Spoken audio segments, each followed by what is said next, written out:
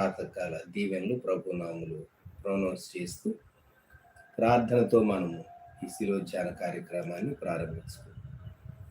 ప్రేమగల మా తండ్రి, పరిశుద్ధ దేవ, గొప్ప రక్షక, మహోన్నతుడ, సజీవుడ, గనుడ, మీకు వందనములు, స్తుతులు, స్తోత్రములు చెల్లిస్తూ ఉన్నాం.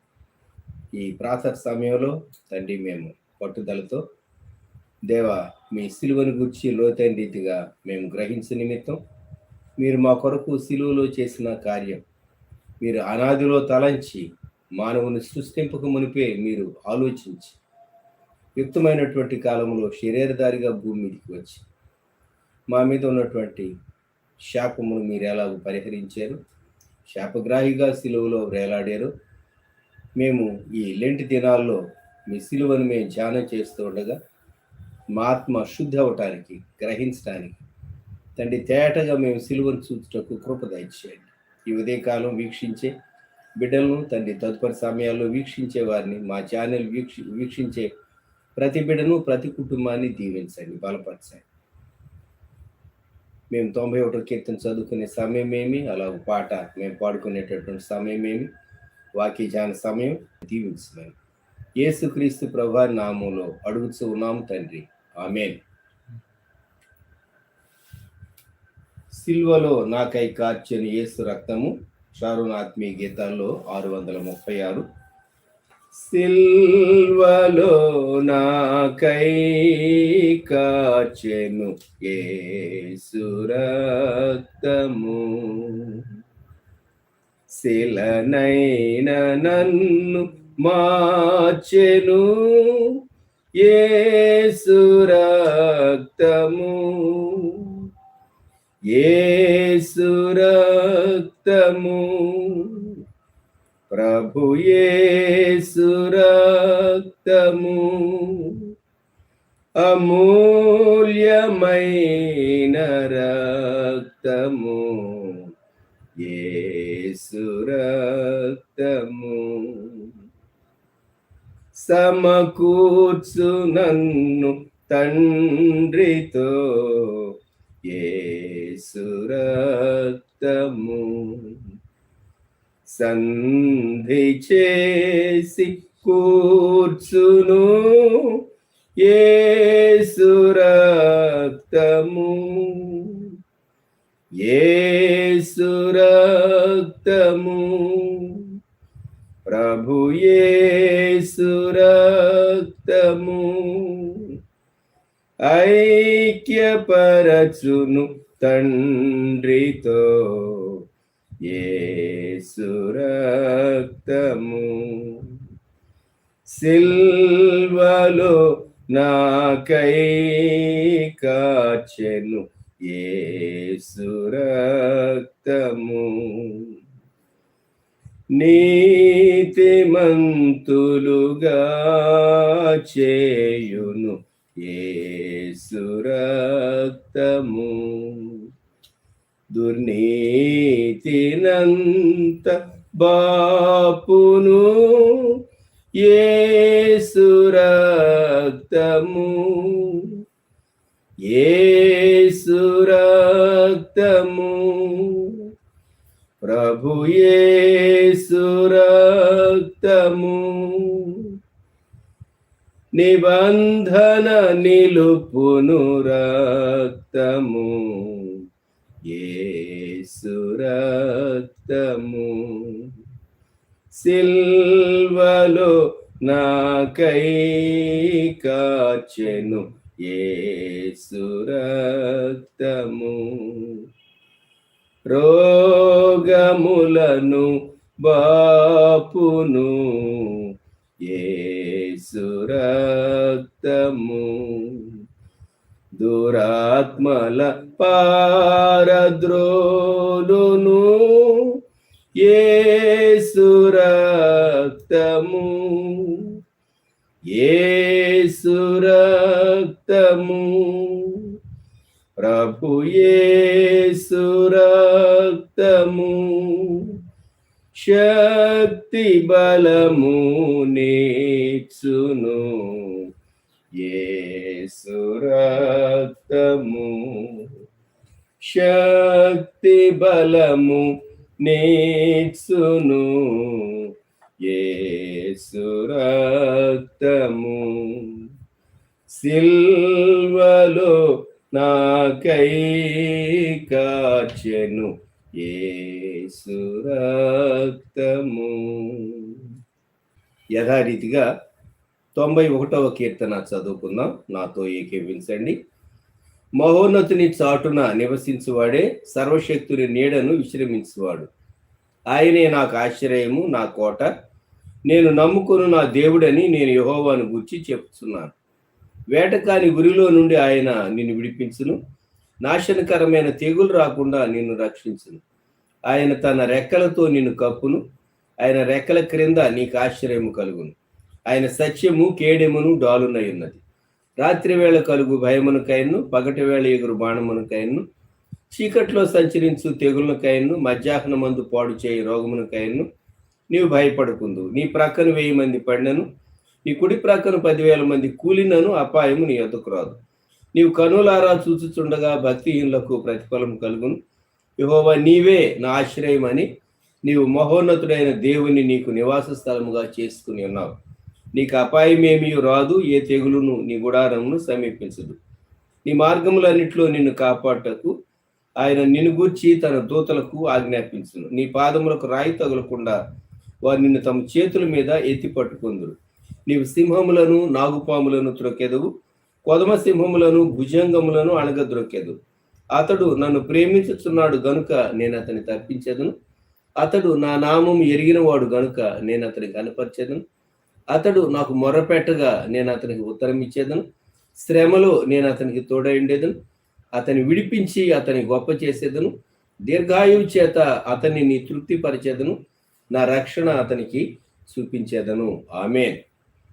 ఈ ఉదయకాలం గలతీయులకు వ్రాయబడినటువంటి పత్రిక 3వ అధ్యాయం 13, 14 వచనాలు చదువుకుందాం. Galatians chapter 3 verses 13 and 14. ఆత్మను గూర్చిన వాగ్దానము విశ్వాసము వలన మనకు లభించినట్లు అబ్రహాము పొందిన ఆశీర్వచనము క్రీస్తు యేసు ద్వారా అన్యజనులకు కలుగుటకై క్రీస్తు మన కోసము శాపమై మనలను ధర్మశాస్త్రము యొక్క శాపము నుండి విమోచించాను. ఇందును గూర్చి మ్రాను మీద వ్రేలాడిన ప్రతివాడును శాపగ్రస్తుడు అని వ్రాయబడి ఉన్నది. ప్రియమైన వారలారా, ఈ ఉదయకాలం మనం సిలువను గూర్చి ధ్యానం చేస్తూ ఉండగా అబ్రహాము దేవుని పిలుపుకు లోబడి యేసుక్రీస్తు ప్రభునందు మనము దీవెన పొందే నిమిత్తం, మనకు పితరుడయ్యే నిమిత్తం విశ్వాసము ద్వారా విశ్వసించినటువంటి అన్యజనులకు తాను మూలపురుషుడయ్యాడు.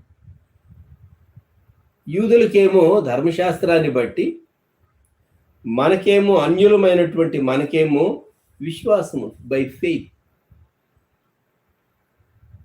ఆత్మను గుర్చిన వాగ్దానము విశ్వాసం వలన మనకు లభించున్నట్లు అబ్రహాము పొందిన ఆశీర్వచనము క్రీస్తు యేసు ద్వారా అన్యజనులకు కలుగుటకై మనము అన్యులం.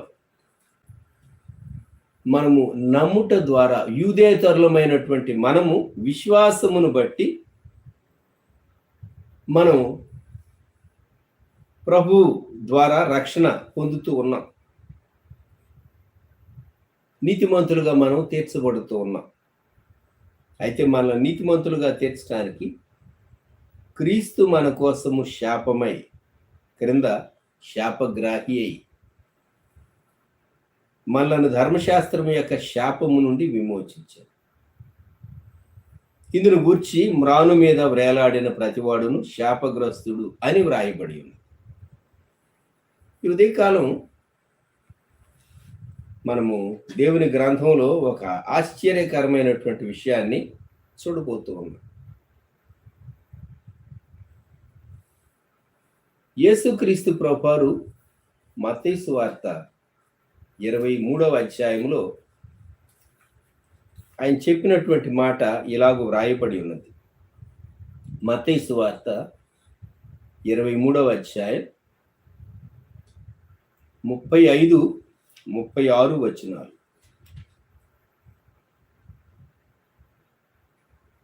నీతిమంతుడైన హేబెలు రక్తము మొదలుకొని బలిపీఠమునకును దేవాలయమునకును మధ్య మీరు చంపిన బరకీయ కుమారుడగు జకర్యా రక్తం వరకు భూమి మీద చిందింపబడిన నీతిమంతుల రక్తమంతయు మీ మీదికి వచ్చును.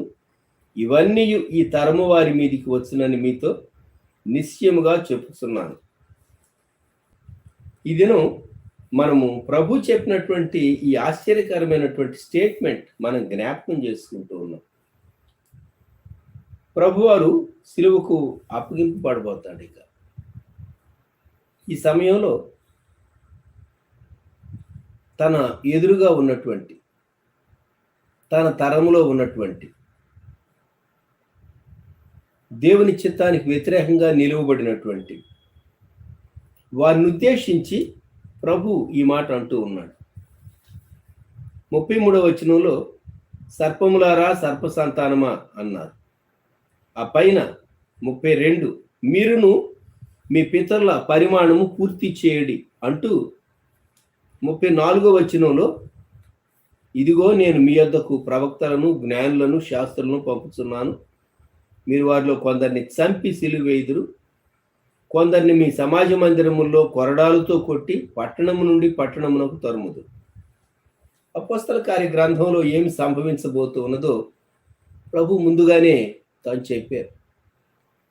అంతేకాదు ప్రభువారు చెప్పినటువంటి ఈ స్టేట్మెంట్, నీతిమంతుడైన హేబెలు రక్తము మొదలుకొని, హేబెలు ఎప్పటివాడు?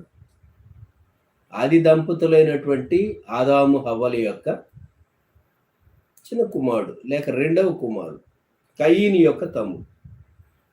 హేబెలు రక్తము మొదలుకొని జకర్యా రక్తం వరకు బరకీయ కుమారుడు జకర్యా ఇతను. ఇతడు ఎక్కడ చంపబడ్డాడు అంటే ఈ జకర్యా దేవాలయమునకును బలిపీఠమునకును మధ్య చంపబడ్డాడు. వారి రక్తం మీ మీదికి వస్తుంది అని అన్నాడు. మనకు ఆశ్చర్యం అనిపిస్తుంది. ఈ తరం మీదికి మరి పూర్వీకుల రక్తం రావటం ఏంటి? Generational curse.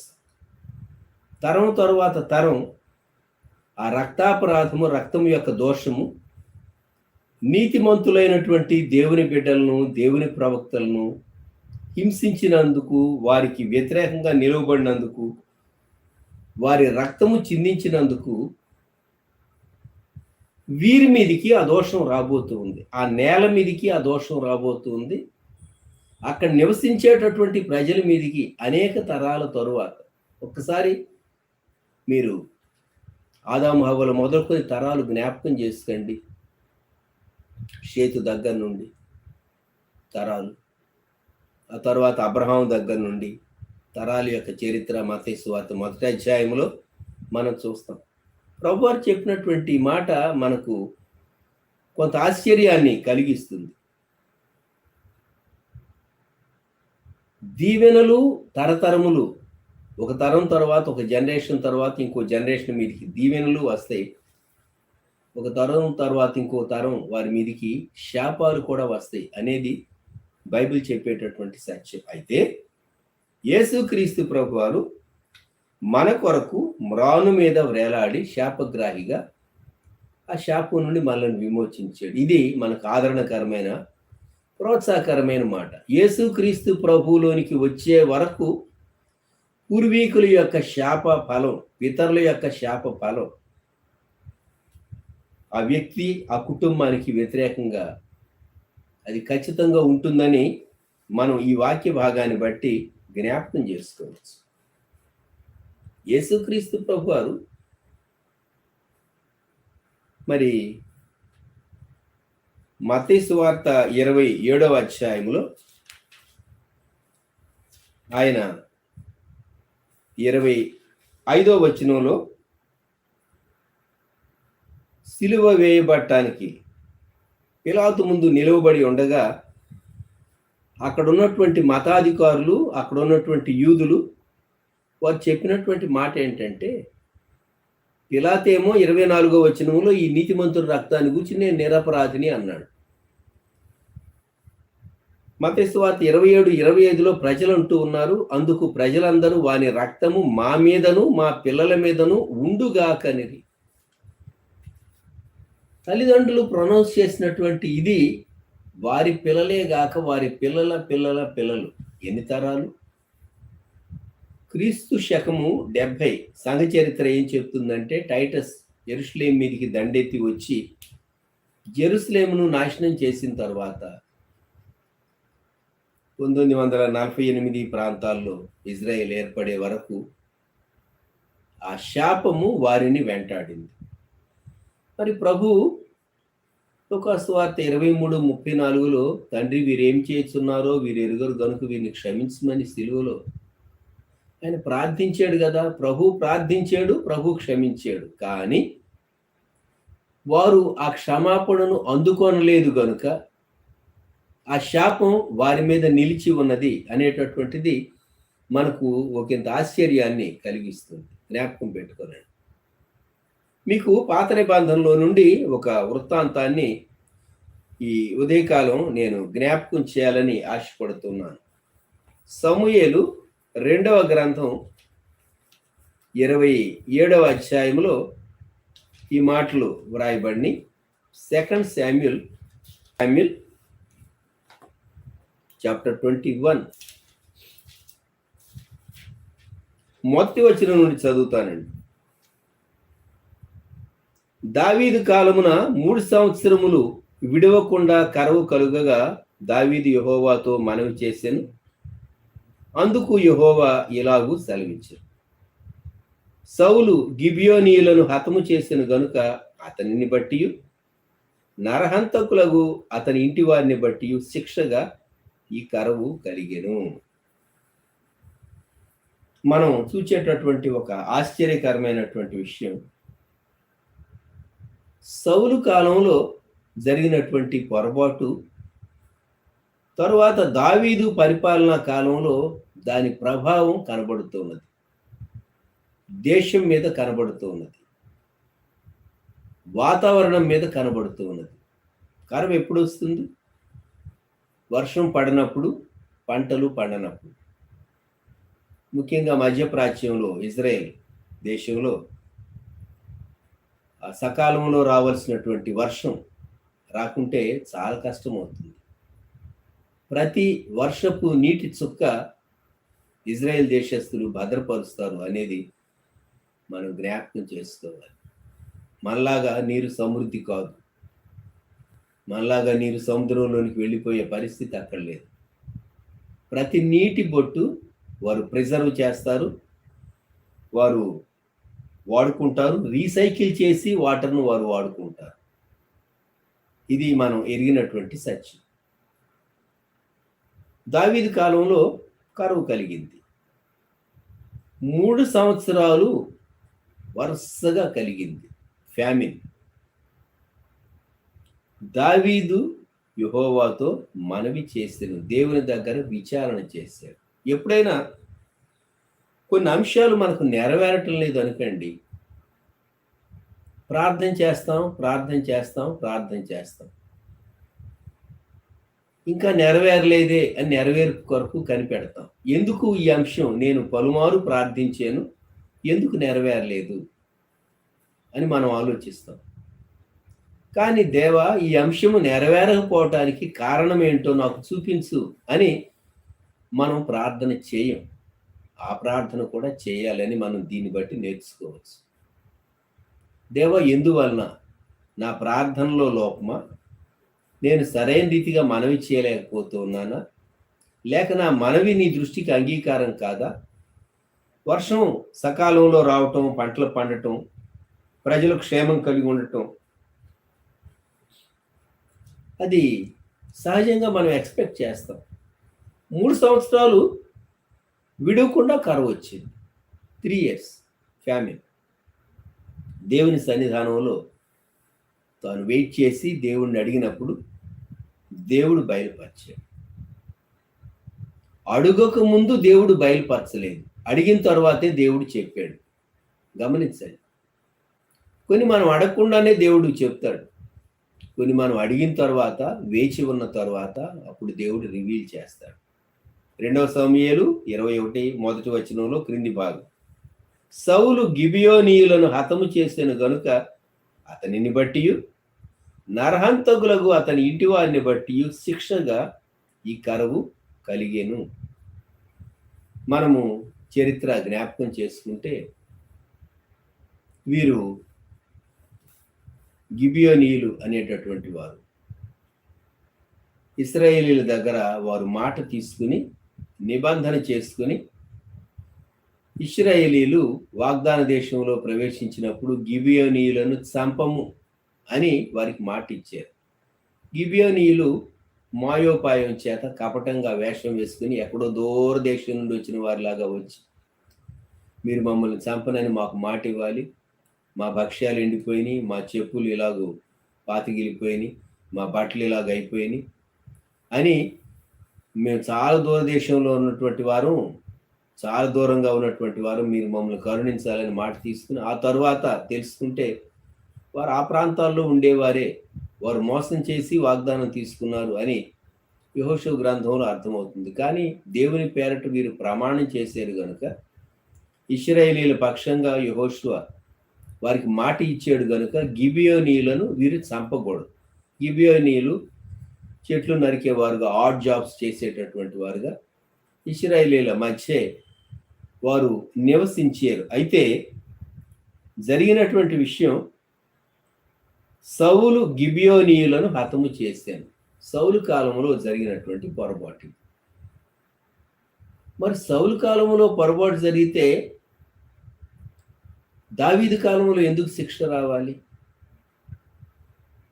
యేసుక్రీస్తు ప్రభువారు చెప్పిన మాట ఏంటంటే, నీతిమంతుడైన హేబెలు రక్తము మొదలుకొని బరకీయ కుమారుడు జకర్యా రక్తం మొదలుకొని ఆ దోషం ఈ తరం మీదకి వస్తుంది అన్నాడు. యేసు ప్రభు కాలంలో ఉన్న వారి మీద. అంటే అది పితరుల యొక్క, పూర్వీకుల యొక్క పాపము ఫలం. చెర నుండి తిరిగి వచ్చిన తరువాత నెహెమ్యా తాను ప్రార్థన చేస్తూ, నెహెమ్యా గ్రంథం 1వ అధ్యాయం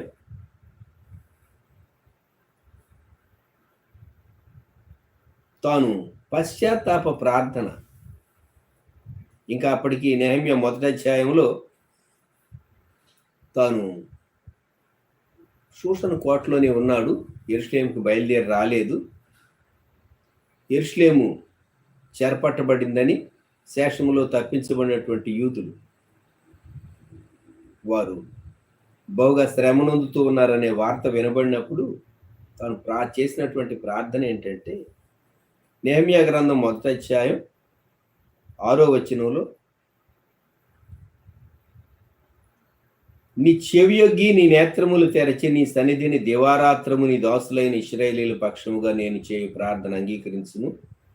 నీకు విరోధముగా పాపము చేసిన ఇశ్రాయేలు కుమారుల దోషమును నేను ఒప్పుకొనుచున్నాను.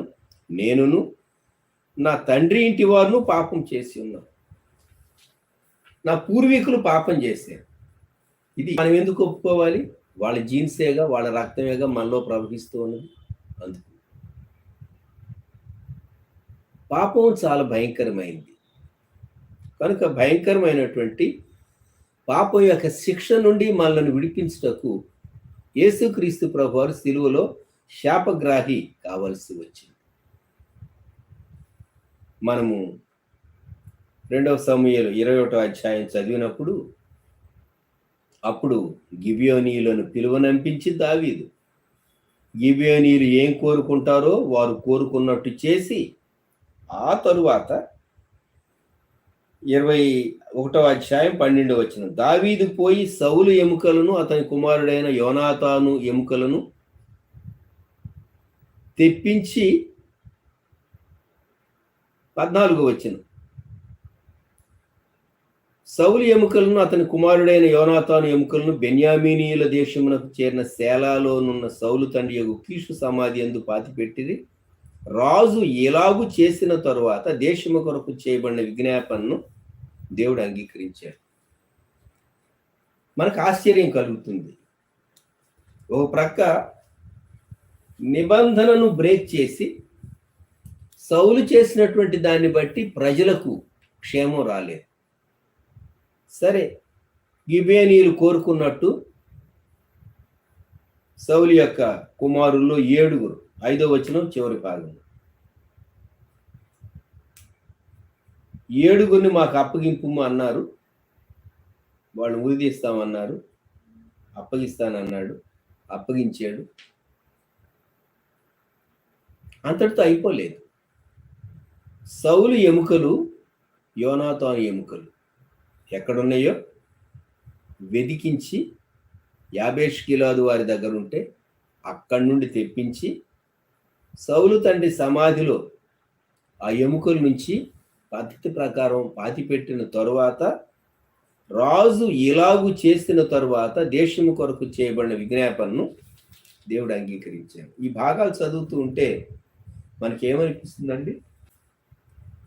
మన సమస్యకు ఎక్కడో ఉంటుంది మూలం, రూట్. మన సమస్య యొక్క మూలం దేనిని బట్టి కలిగిందో కనుక్కోవటానికే చాలా సమయం పడుతుంది. గుర్తుంచుకోనండి. కొన్నిసార్లు వైద్యంలో కొందరు ఏమంటారంటే, మీరు సిమ్టమ్స్, లక్షణాలు మాత్రమే ట్రీట్ చేస్తున్నారు, రూట్ కాజ్, ఆ వ్యాధి యొక్క మూలం, దాన్ని ట్రీట్ చేయాలంటే పలాని వైద్య విధానంలో దాని యొక్క రూట్ కాజ్ మనం కనుక్కోవచ్చు అని మరి మెడిసిన్లో మనం వింటూ ఉంటాం. మీరు సిమ్టమ్స్ని ట్రీట్ చేస్తూ ఉన్నారు, దీని యొక్క మూలంలోనికి వెళ్ళాలి అనేటటువంటి పదాలు మరి మెడికల్ డాక్టర్స్ చెప్పేటటువంటి మనం కొన్ని మార్లు వింటూ ఉంటాం. పాపం యొక్క మూలం దేవుని ఆజ్ఞను అతిక్రమించి, ధర్మశాస్త్రాన్ని అతిక్రమించి, నిబంధనను అతిక్రమించి, దేవుడు చేయవద్దన్న దాన్ని చేసి మానవుడు పాపం చేసాడు. అది దేవుని చిత్తాన్ని అపోజ్ చేయటం, నీతిమంతుల రక్తం చిందించడం అనేది హేబెలు మొదలుకొని కయీనులో ఉన్న ఆ స్వభావం పాపం చేసేటటువంటి వారిలోనికి వచ్చి తన సహోదరుల యొక్క రక్తం చిందించినటువంటి వారి మీదకి వచ్చే శాపాన్ని గూర్చి దేవుని వాక్యం మనల్ని హెచ్చరిక చేస్తుంది. అయితే యేసుక్రీస్తు ప్రభు శాపగ్రాహి. సిలువ మనకిచ్చేటటువంటి ఆ భయం ఇదే.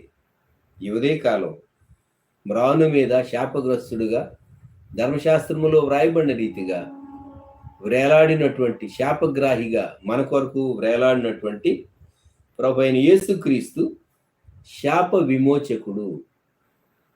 విశ్వాసము ద్వారా, ధర్మశాస్త్రం ద్వారా కాదు.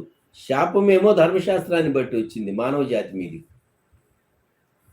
యూదేతరులమైనటువంటి, అన్యులమైనటువంటి మనం విశ్వాసము ద్వారా మనకు వాగ్దానం మనం పొందాం, శాప విమోచన పొందాం. యేసుక్రీస్తు ప్రభు రక్తమును విశ్వసించడం ద్వారా మనము నీతిమంతులముగా తీర్చబడుతూ ఉన్నాం. ఈ ఉదయకాలం సిలువ యొక్క ఈ కోణాన్ని, శాపగ్రాహి అయినటువంటి ప్రభు, శాపగ్రాహి అయినటువంటి ప్రభు, మన దోషం, మన పితరుల దోషం, మన పూర్వీకుల దోషం, మరి దేవుని చిత్తానికి వ్యతిరేకంగా చేసినటువంటి అందరి దోషం, మన పూర్వీకుల దోషం పరిహరించడానికి ఆయన సిలువలో శాపగ్రాహి అయ్యాడు. నేను కాలేజీలో చదివే దినాల్లో నా మిత్రుడు ఒకరు చెప్పినటువంటి మాట అప్పుడప్పుడు ఈ సందర్భంగా నాకు జ్ఞాపకం వస్తుంది. తనేం చెప్పేవాడంటే, వారి పూర్వీకులు మంత్రతంత్రాలు చేసేవారట. తను చెప్పేవాడు, నా పూర్వీకులు మంత్రతంత్రాలు చేసి ఎంతమందికి కీడు చేశారో కానీ తాను ఒంటరిగా ఉన్నప్పుడు ఆహాకారాలు వినబడేవట, భయం వేసేదట. నా పూర్వీకులు ఎంతమందికి, ఎన్ని కుటుంబాలకు కీడు చేశారో కానీ నా పూర్వీకుల యొక్క దోషం నన్ను వెంబడించి నేను మారు మనసు పొందే వరకు ఒంటరిగా ఉన్న సమయాల్లో నేను చాలా భయపడేవాడిని. చాలా మార్లు నన్ను దయ్యాలు బాధ పెట్టిని అని యేసుక్రీస్తు ప్రభు నన్ను రక్షించిన తరువాత ఆ శాపం తొలగిపోయింది అని నా మిత్రుడు ఒకరు సాక్ష్యం చెప్తూ ఉండేవారు. కాలేజ్ చదివే రోజులు. అప్పటికే ఆయన యేసుక్రీస్తు ప్రభువును రక్షకునిగా అంగీకరించాడు. ఈ ఉదయకాలం సమస్య యొక్క మూలములోనికి వెళ్ళటానికి గురించి మనం మాట్లాడుకుంటున్నాం. యేసుక్రీస్తు ప్రభు మానవుని రక్తములో ఉన్నటువంటి పాపం చేసేటటువంటి స్వభావాన్ని ఆయన మార్చివేస్తాడు.